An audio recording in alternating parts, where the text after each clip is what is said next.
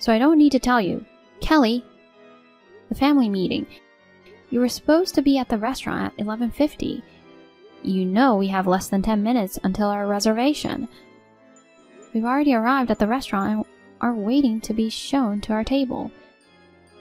It's you and I that are getting married. It's meaningless without you. Yes, I understand. I thought it would get messy and noisy if I called you too soon, so I didn't call you on purpose. Maybe it's time I tell you the truth. Huh? What do you mean? I feel bad about canceling at the last minute like this. I'm having a baby, so I'm not going. What? I mean, my ex-girlfriend Ruth is pregnant with my child, so I'm canceling. What? Pregnant? Wait a minute. That's a terrible excuse for being late.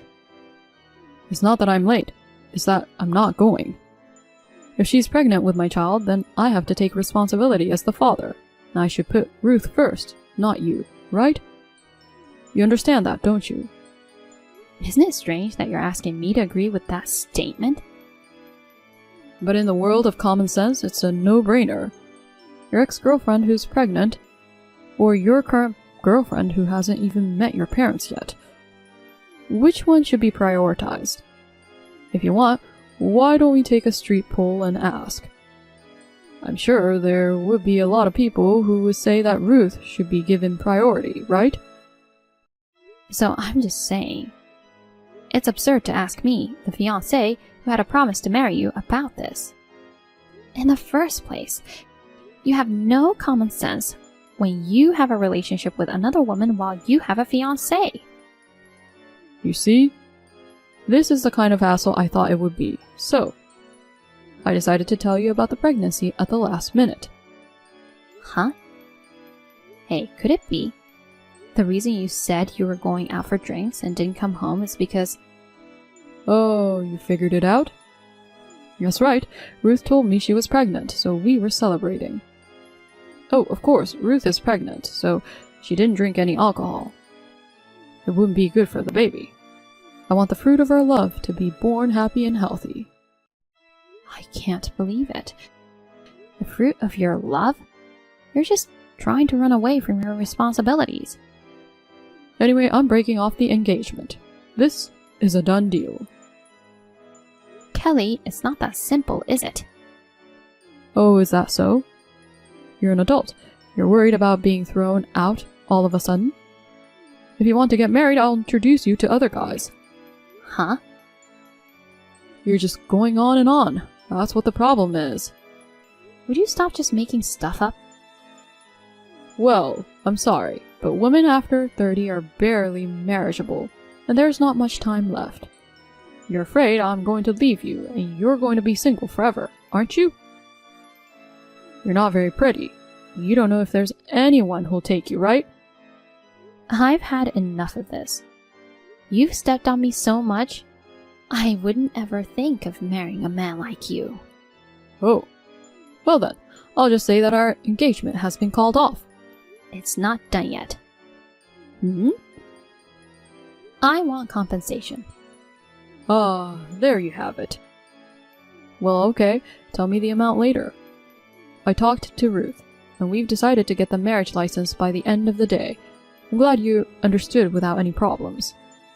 Of all people, that Ruth. That's right, that Ruth, the popular, fun-loving girl. I'm really happy. That's not what I meant, but whatever.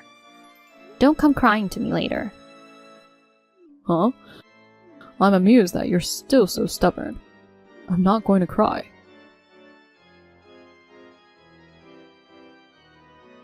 Hey, what are you doing? Make sure you pace yourself. And don't stop at any bars on the way home. Okay, I understand. Do you really understand? Tomorrow our families are meeting, right? It's a really important day. I told you I'll be fine. Wilma, you really are a worrywart. I worry because of what's happened in the past when your drinking got out of hand. You never know what you might do if you drink too much. You definitely need to be careful tonight. Okay. I don't want you to go to the meeting with a hangover. I know that. I can't text forever. Really, please be good.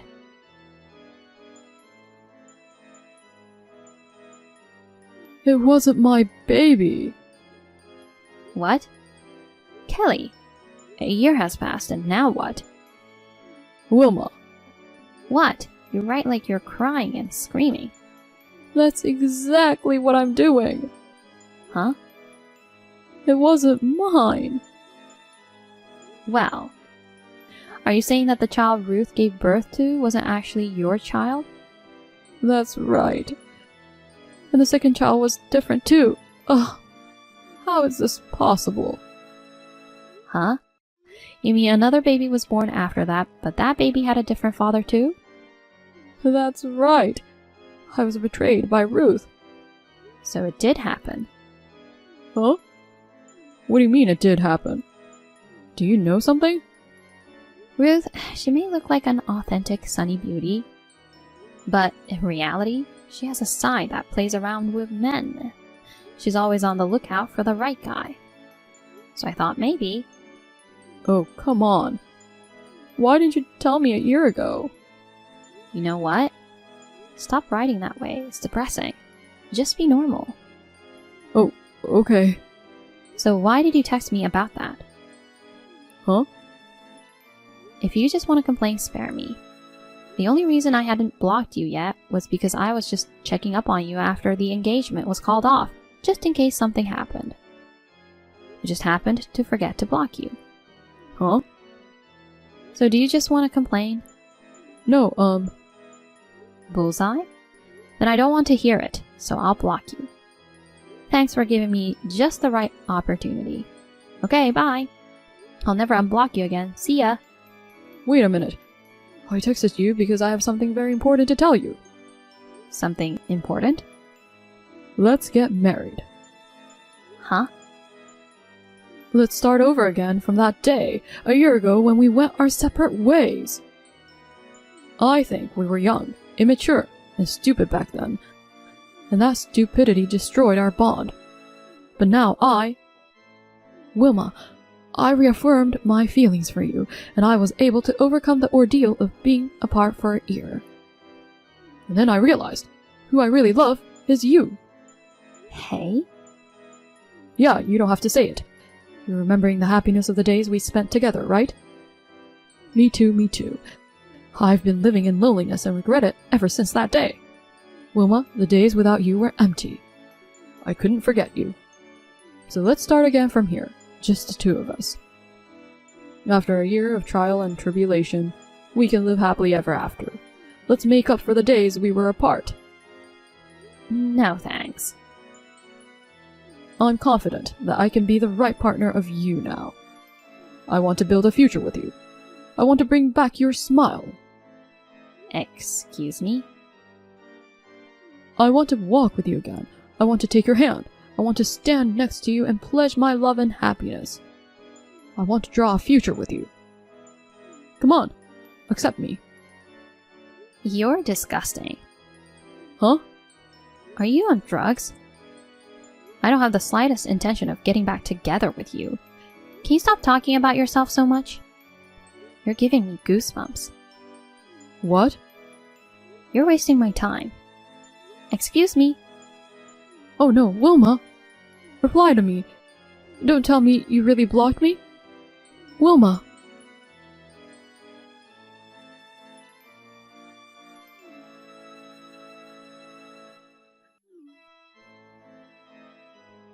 Wilma, why didn't you come out of the apartment? Huh? Who is this? Kelly, You again. I got a new cell number and a new text account. I've blocked you. That's not the point. Why didn't you come out of your apartment? What are you talking about? I realized that my failed re-proposal 2 months ago was due to the fact that we didn't meet in person and did it by text. So I decided to make it work this time, to increase the odds of that happening. I spent 2 months preparing for it.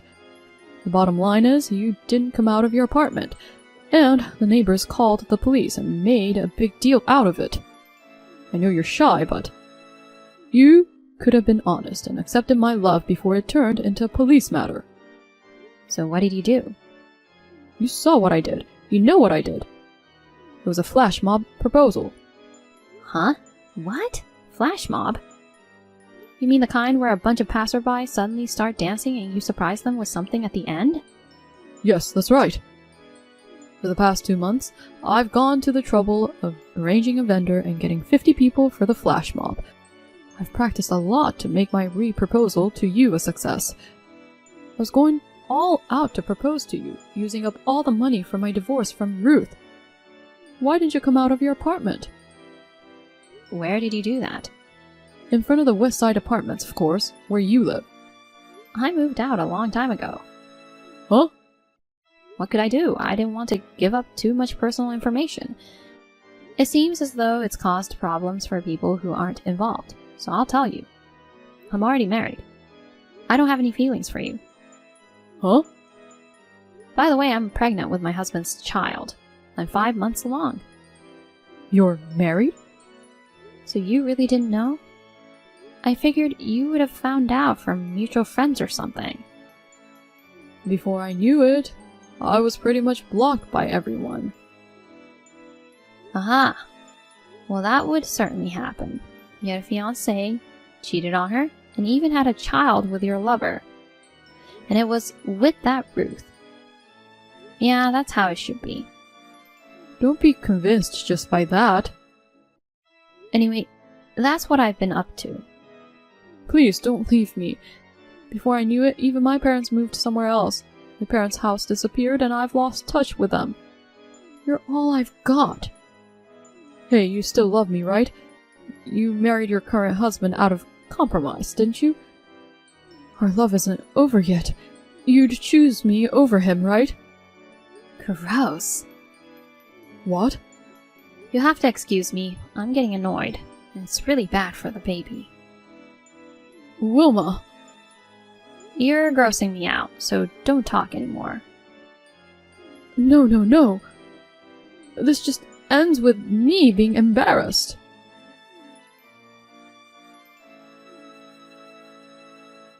Wilma!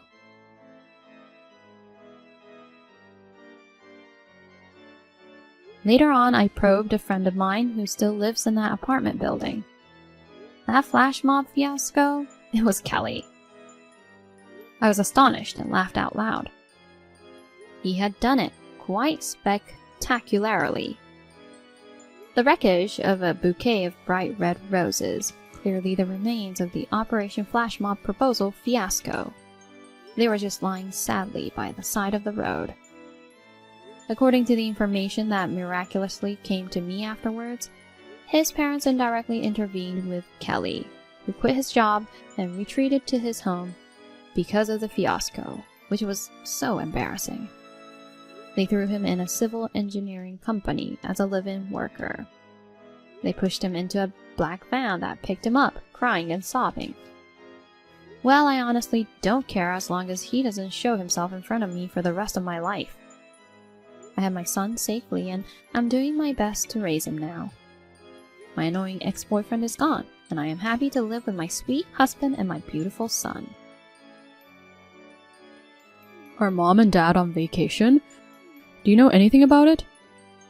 Traveling? No, I don't really know. They haven't been home since the day before yesterday. And I can't get them on the cell phone. Did you see what was on the table? There was a bank book in my name with $5,000 on the account. There should have been a letter too. Oh yeah, there was, but... You didn't read it?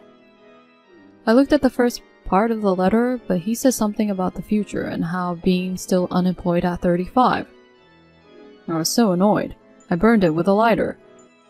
Really, I hate it when old people are so preachy. Oh, you got rid of it without reading the whole thing.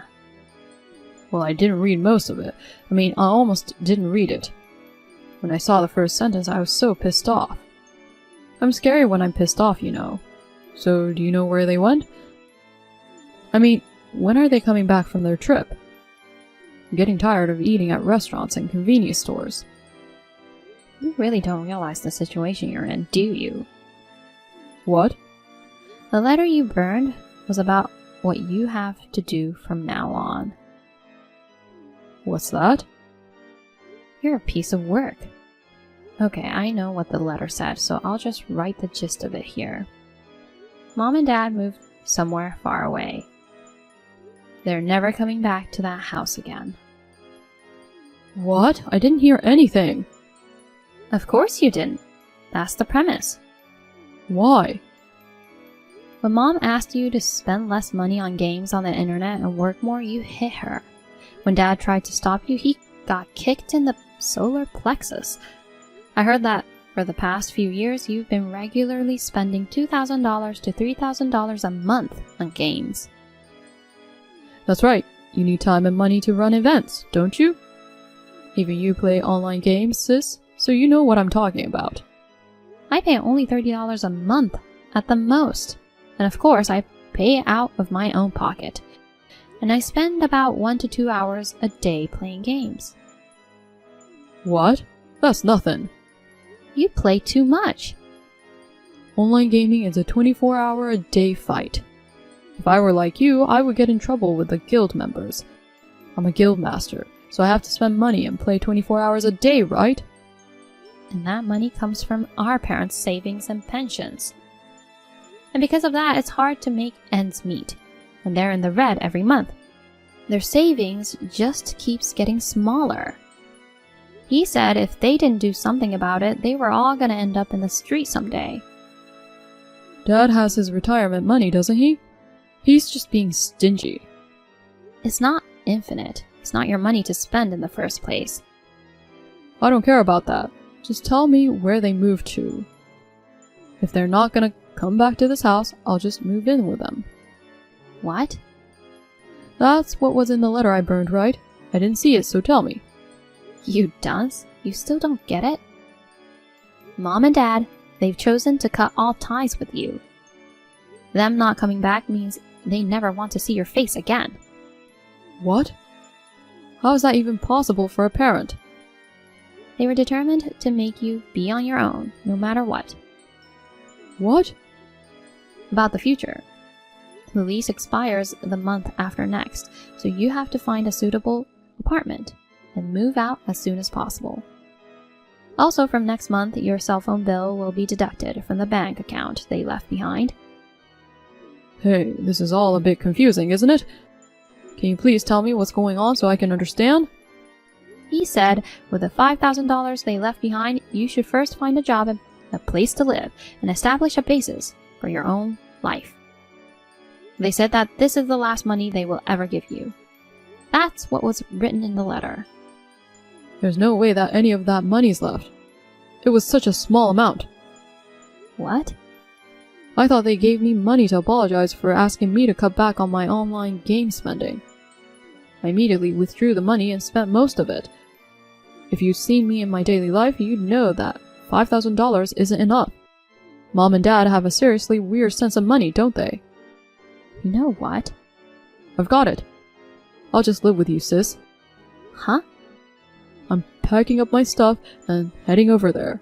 Set aside plenty of space for me. You're so naive. Huh?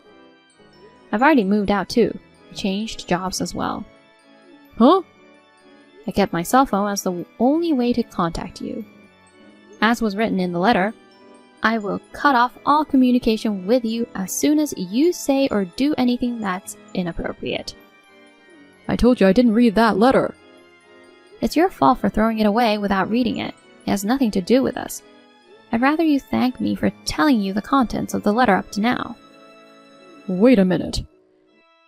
You don't even have money to move, do you? You better hurry up and get your ass to an employment agency. You can make a living if you work a day job or whatever. You're only 35. You could do manual labor. If I do that, I'll have less time to play online games. Even after all that's been said? I'm rejecting all calls after this, and tomorrow I'm changing my cell phone carrier. You won't be able to contact me anymore. Oh my god. That's terrible, sis. Goodbye, Christian. Realize that you're the one who's financially insane. From now on, live modestly and honestly.